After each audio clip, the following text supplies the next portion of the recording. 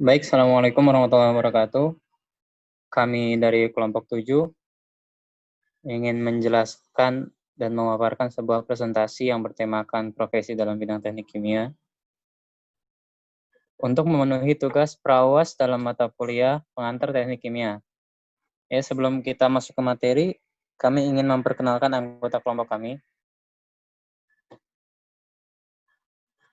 Di sini ada tim atau anggota kelompok kami. Yang pertama ada Hagil Bitra sebagai pemateri, kedua ada Ilham Kemal Pasha sebagai pemateri, yang ketiga Imam Ahmad Nurhalis sebagai pemateri, dan yang keempat ada saya sendiri sebagai moderator. Yang terakhir ada Nabila sebagai pemateri. Next. Untuk tokoh yang akan kami wawancarai di sini ada salah satu orang tua dari kelompok kami yang akan dibacakan oleh Agil Bitra. Silakan. Baik, tokoh yang akan kami wawancarai di sini adalah Bapak Ari Arianto, seorang insinyur teknik geologi yang sekarang menjabat sebagai division head di sebuah perusahaan swasta yang bergerak dalam bidang pertambangan batubara, yaitu di PT Manggala Usaha Manunggal. Ia memulai karirnya dari bawah pada tahun 1997 hingga sekarang pada tahun 2020 menjadi kepala divisi serta memiliki beberapa perusahaan kecil yang bergerak di bidang pertambangan, perindustrian, serta perkebunan. Di sini ada quotes dari Simon Sinek. Great leaders are willing to sacrifice the numbers to save the people, but pure leaders sacrifice the people to save the numbers. Oke, di sini ada tabel konten yang akan kami paparkan. Yang pertama ada profesi dan jabatan dari tokoh tersebut, terus perusahaan yang sedang diduduki oleh beliau, dan yang ketiga sejarah perjalanan karir beliau. Yang terakhir pendapat dan profesi impian dari masing-masing anggota kelompok. Oke, next.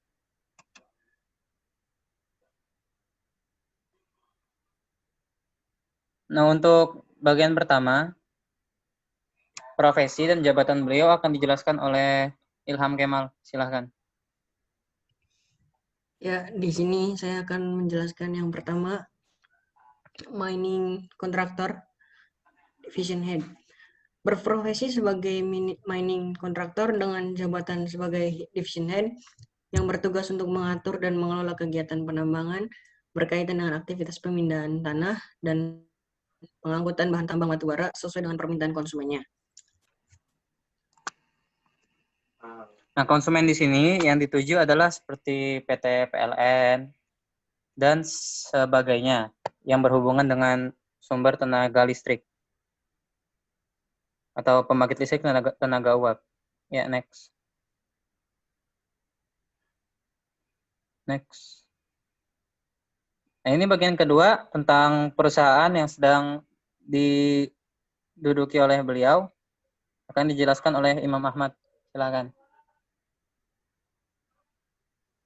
Ya, baik. Di sini saya akan menjelaskan profil perusahaannya itu sendiri, yaitu PT Manggala Usaha Manunggal.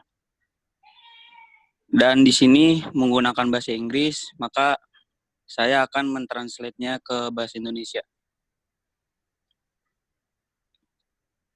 PT Manggala Usaha Manunggal adalah kontraktor penambangan yang berkembang pesat di Indonesia dengan pengalaman luas dari tim manajemennya.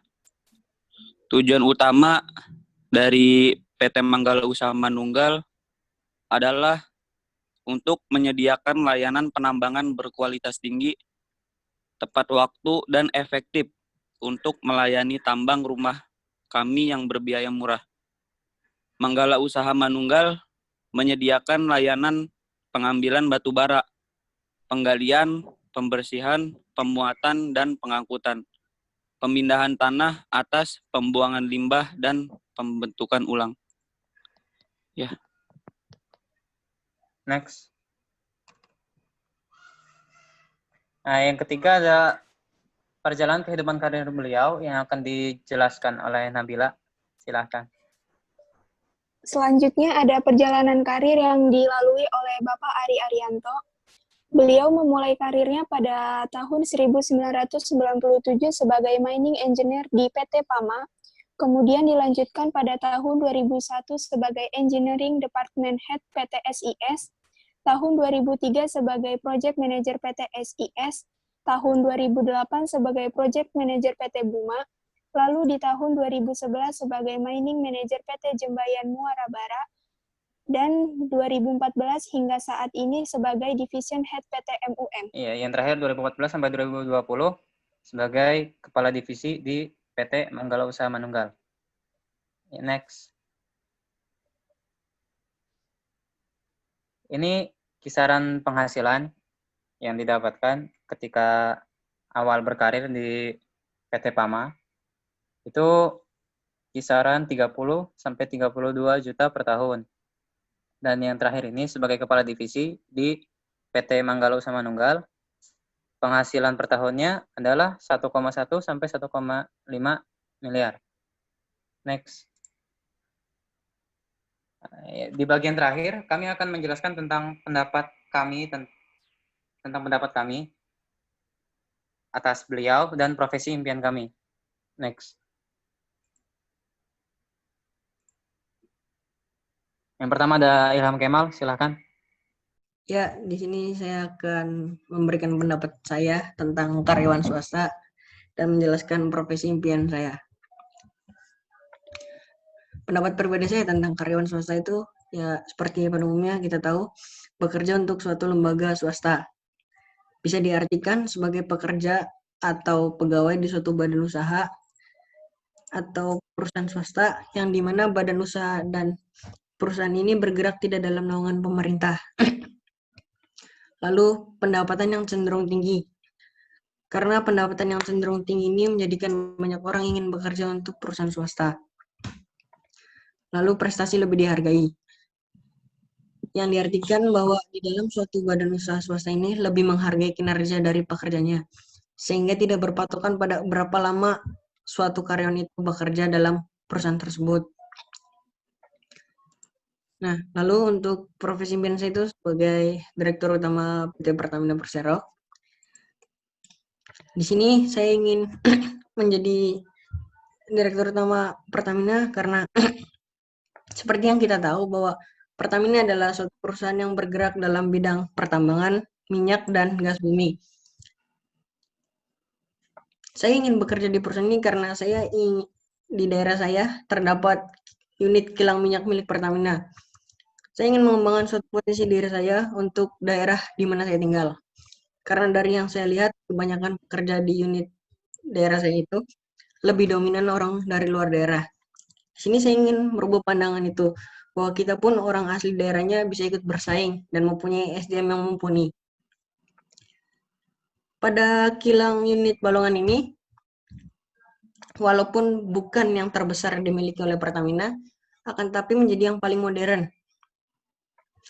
Unit kilang Balongan ini mampu memproduksi BBM dengan margin yang tinggi, yaitu produk bahan bakar khusus. Keunggulan dari kilang ini adalah mampu memproduksi bahan bakar ramah lingkungan, diantaranya seperti Pertamax Plus, Pertamax Dex, dan Pertamax Turbo. Selain itu, di kilang ini tidak ada bahan yang terbuang, karena semuanya dapat dimanfaatkan. Yaitu dari saya. Oke, selanjutnya ada dari Agel Bitra, silahkan.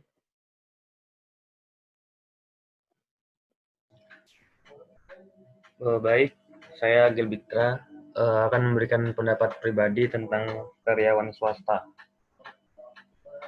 Yang pertama yaitu tidak adanya menerima tunjangan pensiun setelah pemutusan hubungan kerja. Yang kedua, adanya kesepakatan kerja tertentu antara karyawan dan perusahaan. Kemudian yang ketiga, dapat diberhentikan sewaktu-waktu apabila aktivitas perusahaan menurun. Seperti yang terjadi pada situasi pandemi COVID-19 ini, banyaknya kita lihat terjadi PHK pada perusahaan-perusahaan tertentu. Kemudian, pembayaran upah terendah disesuaikan dengan upah minimum regional atau upah minimum provinsi. Selanjutnya, profesi impian. Profesi impian saya di sini yaitu menjadi tenaga ahli pada perusahaan BUMN ataupun service company.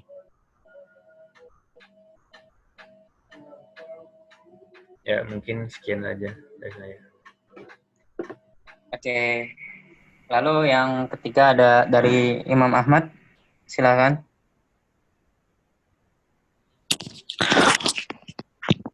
Oke. Di sini saya ingin berpendapat pribadi tentang karyawan swasta. Yang pertama yaitu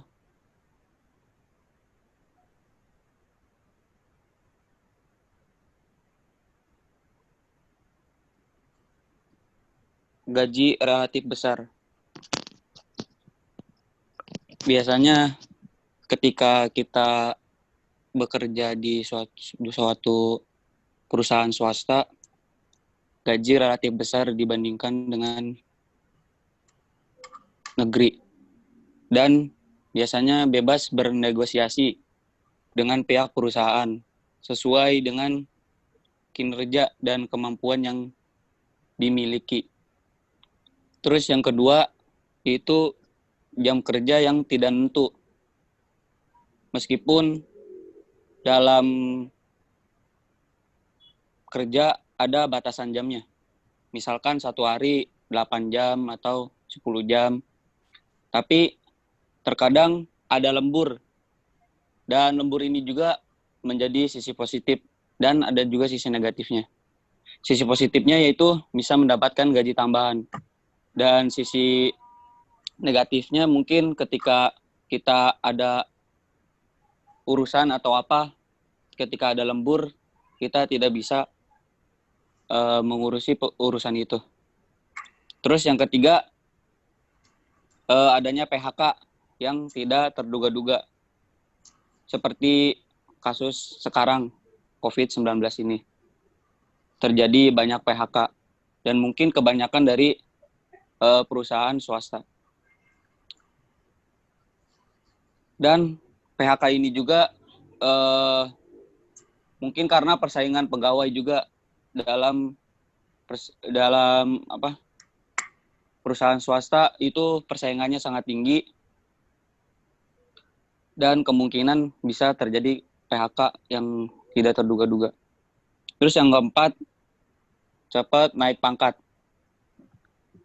Jika pegawai mampu memberikan kinerja yang positif dan progresif, bisa berpeluang dipromosikan ke jabatan yang lebih tinggi.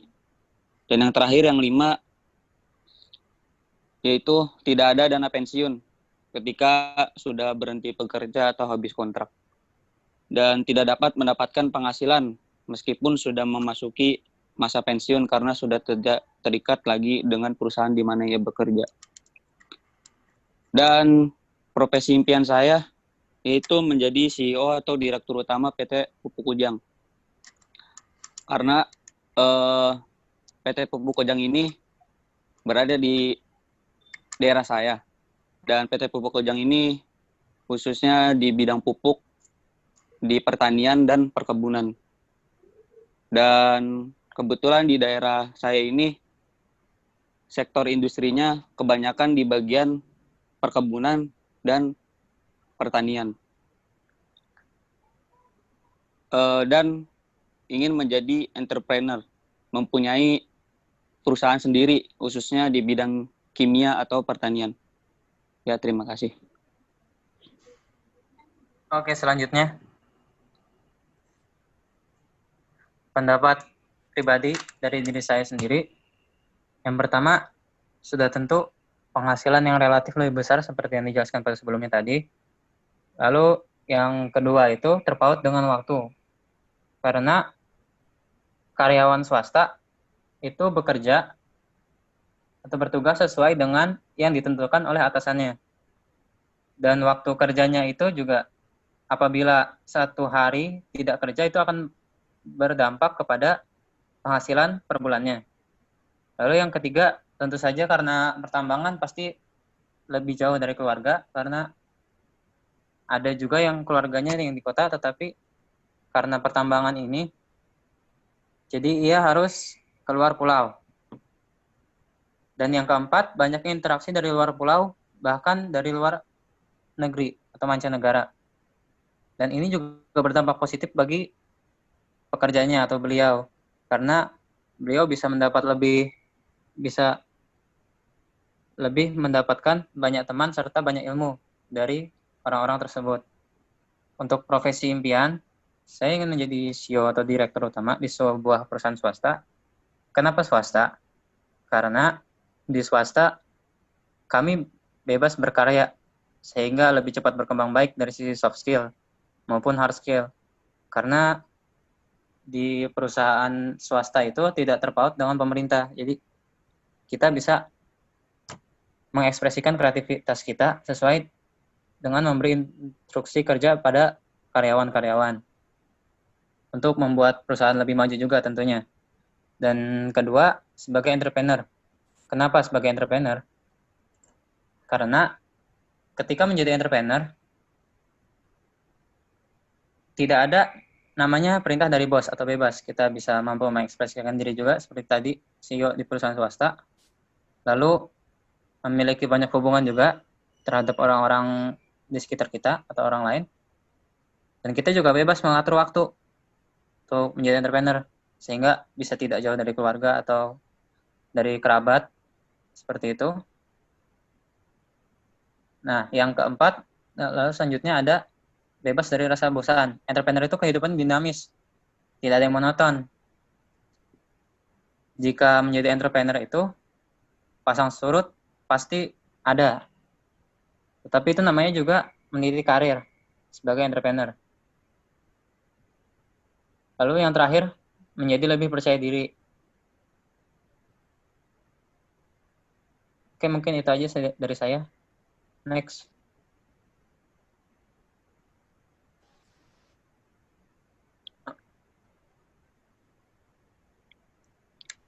Ya, selanjutnya ada Nabila. Silakan. Menurut pendapat saya, karyawan swasta itu sebagai berikut. Karyawan swasta di sebuah pertambangan memang tergolong jenis pekerjaan yang berat. Alasannya karena seperti yang kita tahu, para pekerja tersebut akan bekerja di wilayah penambangan yang memiliki berbagai jenis material dan zat berbahaya lainnya. Belum lagi adanya paparan radiasi yang timbul, itu juga akan mempengaruhi kualitas kesehatan mereka. Selain itu, mereka juga harus menyiapkan fisik dan mental untuk mengisi shift kerja mereka, karena bekerja di lapangan tentunya membutuhkan stamina dan juga kecerdasan yang tinggi. Selanjutnya, pekerja tersebut memiliki peranan penting dalam kehidupan kita. Karena batu bara juga biasanya digunakan sebagai sumber tenaga pembangkit listrik, sehingga batu bara menjadi bahan bakar yang dikonversikan ke dalam bentuk uap panas dan menjadi sumber tenaga pembangkit listrik, sehingga peranan para pekerja tersebut amatlah penting bagi kehidupan kita. Yang terakhir, tidak hanya laki-laki saja, tapi perempuan juga bisa melakukannya. Memang bekerja di lingkungan yang hampir seluruhnya laki-laki menjadi tantangan tersendiri untuk perempuan tersebut. Tapi perempuan juga bisa ikut terjun di dalamnya jika ia mau berusaha, berkorban, menekuninya, dan dia tahu apa yang seharusnya dia lakukan. Perempuan di Indonesia juga sudah banyak yang ikut bergabung dalam dunia pertambangan. Salah satunya adalah Juliana Mentari. Dia memulainya pada bidang controller dan terus naik jabatannya. Selanjutnya ada profesi impian saya, yaitu sebagai FMCG atau Fast Moving Consumer Goods. Saya tertarik karena produk-produk yang dihasilkan dari FMCG memiliki perputaran omset dengan cepat. Terus biaya yang relatif rendah. kategori produknya itu misalnya mulai dari peralatan mandi, ada kosmetik, obat-obatan, produk minuman dan makanan, dan lainnya. Salah satu contohnya adalah perusahaan Unilever. Atau menjadi HSE perusahaan swasta. HSE sendiri merupakan Health Safety Engineer, yaitu keselamatan dan kesehatan kerja serta pengelolaan lingkungan. Hal tersebut dilakukan untuk mencegah kemungkinan terjadinya kecelakaan atau penyakit akibat dari pekerjaan tersebut. Tujuannya adalah untuk memberikan kenyamanan serta memudahkan operasional dalam perusahaan. Alasannya karena di daerah saya sendiri terdapat beberapa perusahaan kimia yang cukup besar, misalnya PT Krakatau Steel, PT Chandra Asri Petrochemical, dan PT Asahi Mas Chemical. Dari perusahaan-perusahaan tersebut, terkadang dalam proses pengolahan limbah atau dampak kepada lingkungannya itu terkadang masih bisa dirasakan oleh masyarakat sekitar. Mungkin cukup sekian. Oke, mungkin itu saja presentasi dari kelompok kami. Mohon maaf bila ada kesalahan kata atau kekurangan dalam kelompok kami, karena kelebihan hanya miliknya. Sekian dari kami. Terima kasih atas perhatiannya. Assalamualaikum warahmatullahi wabarakatuh.